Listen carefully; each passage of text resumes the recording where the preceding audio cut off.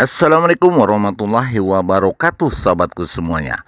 Kali ini Anda berjumpa kembali bersama channel Kabar Tani 02. Semoga sahabatku semuanya ada dalam keadaan sehat walafiat dan dibanyakan rezekinya. Amin ya robbal alamin.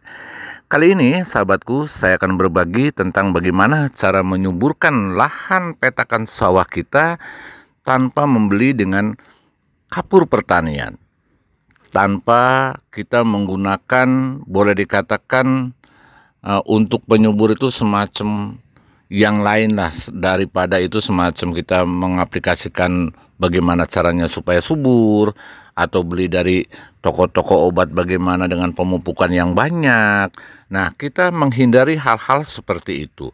Tetapi dengan secara alamiah tanpa kita sadari, sahabat petaniku semuanya, mungkin banyak yang belum tahu dan mungkin belum sadar dengan hal ini.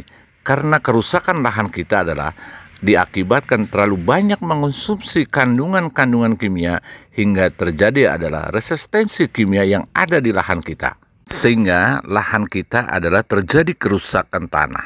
Artinya terjadi kesuburan tanah. Dan renik-renik yang ada di dalam tanah ini tidak bisa terurai.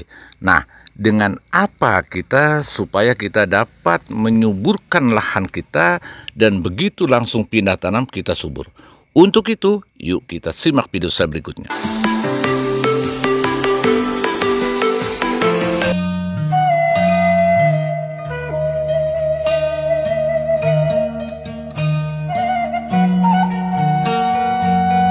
Di saat musim kemarau seperti saat ini, sahabatku semuanya, bagaimana bahwa lahan kita ini supaya subur banyak cara. Yang pertama adalah jerami jangan dibakar. Adapun kalau dibakar kita harus merata dipenuhi dengan abu-abu daripada jerami itu sendiri. Tapi alangkah baiknya jerami itu jangan dibakar. Nah, itu untuk menambah renik daripada lahan sawah kita sendiri. Yang kedua adalah kotoran hewan di saat musim kemarau ini tanpa fermentasi, difermentasi oleh alam, kita bisa dibuang ke lahan petakan kita, semacam kohai kambing, kohai sapi, atau apa saja, atau dari pohon pisang, itu bisa saja. Yang paling banyak adalah semacam kotoran hewan yang ada di lingkungan kita ini. Yang kedua itu di dalam pembibitan atau kita di saat persemaian. Kebanyakan persemaian di lahan pertanian kita yang sekarang boleh dikatakan sudah modern ini jarang menggunakan seperti tempo dulu atau seperti zaman dulu. Artinya seperti ini, setelah kita menebarkan benih ke dalam persemaian kita, jarang ditutupi dengan abu bakar atau baik abu bakar bekas bakaran daripada biasanya di kampung suka ada yang orang membakar bata batu atau bata lah ya katakanlah. Terus keduanya bekas daripada bakaran hewan atau di kandang, itu daripada sekam yang putihnya juga bisa, yang hitamnya juga bisa. Kalau bisa yang putihnya atau yang hitamnya itu campur nggak masalah. Nah, di dalam persemaian itu bisa ditutup dengan abu-abu seperti itu atau dengan abu bekas bakaran itu adalah sangat penting sekali. Selain untuk kita menaikkan pH di dalam pembenihan, juga kita bisa untuk mencegah penyakit yang ada di dalam akar yang nanti akan dipindah tanamkan kepada lahan sawah kita. Itu yang sangat penting. Ini kadang dilupakan oleh para petani kita. Orang-orang terdahulu itu tidak menggunakan pestisida apapun, tetapi mereka itu boleh dikatakan lahannya atau sawahnya itu jarang terkena penyakit. Itu terutama seperti itulah sahabat.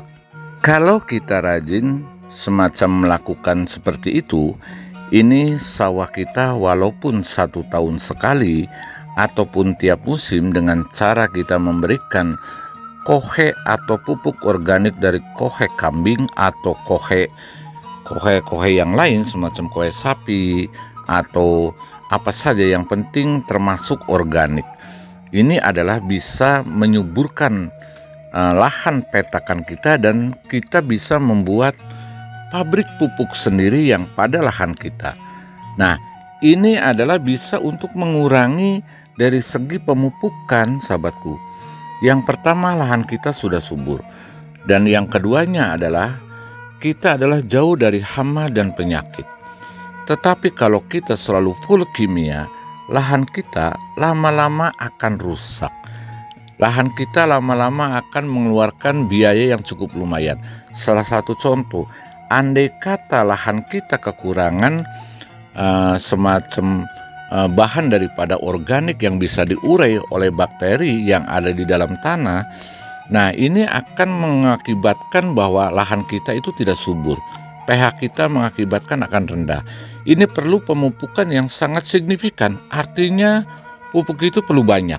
Tetapi kalau lahan kita cukup dengan kita rajin setiap pergi ke sawah di saat musim kemarau, apalagi itu alangkah bagusnya pengalaman saya. Nah, itu adalah terfermentasi secara alamiah. Artinya kita tidak perlu menggunakan semacam empat segala macam, tetapi ini bisa terfermentasi secara alami oleh sinar ultraviolet itu sendiri. Mungkin para sahabatku ada pertanyaan, kalau kita membuang kotoran hewan kambing biasanya ke petakan lahan kita, nanti dampaknya rumput akan banyak. Nah, ini sama saya dibenarkan kalau mereka itu membuangnya tanpa fermentasi. Artinya di saat musim rendang Anda langsung yang tidak difermentasi kembali atau musim penghujan, itu bisa terjadi demikian. Tetapi kalau di saat musim kemarau kita membuang kotoran hewan itu tanpa fermentasi, ini akan terfermentasi oleh alam. Dan kita juga rumput-rumput tertentu yang dimakan oleh kambing jarang tumbuh di petakan kita. Itu kelebihannya.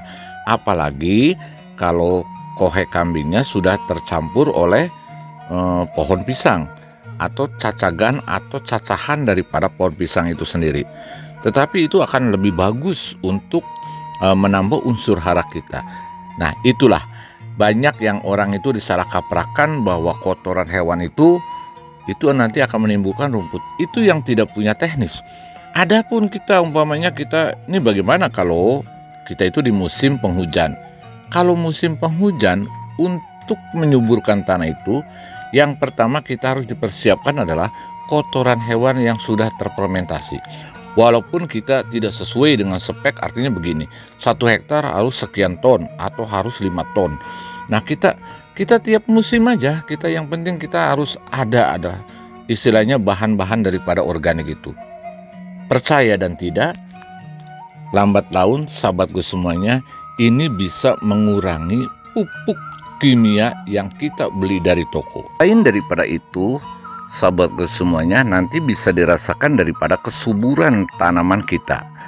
Itu jauh dari hama dan penyakit, sebab di dalam abu tersebut dan di dalam kotoran hewan tersebut ada yang mengandung artinya kalsium, ada yang mengandung kalium, ada juga yang mengandung silika, ada juga yang mengandung NPK pada kotoran hewan tersebut. Karena itu adalah sangat membantu sekali untuk kesuburan tanah dan juga nanti dilihat untuk hasil akhir daripada tanaman padi kita ini. Nah, itulah sahabat tani kita semuanya. Semoga dengan channel ini adalah bermanfaat buat kita semua. Dan andai kata sahabatku semuanya kurang jelas, silakan Anda komen di kolom komentar ini dengan sopan, insya Allah akan saya jawab.